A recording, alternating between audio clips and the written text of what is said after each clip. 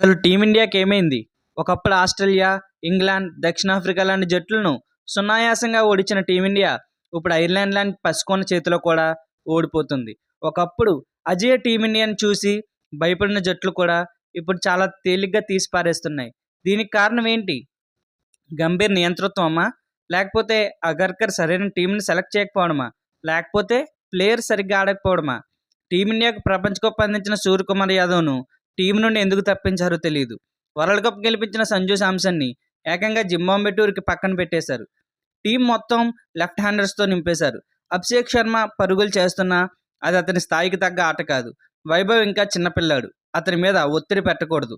ఈశాన్ కిషన్ ఎప్పుడు ఆడతాడో అసలు ఎవరికీ తెలియదు. తిలక్ వర్మ స్ట్రైక్ రేట్ దారుణంగా ఉంటుంది.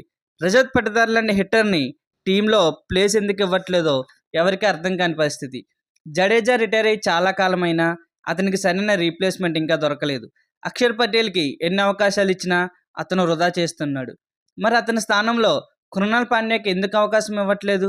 కృణాల్ పాండ్యా ఇంకెంత నిరూపించుకోవాలి? అసలు కేఎల్ రాహుల్ ఏమైపోయాడు?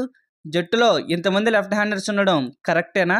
మన టీమిండియా ఇకనైనా విజయాల బాట పడుతుందా? మీ అభిప్రాయాలు కామెంట్ చేయండి.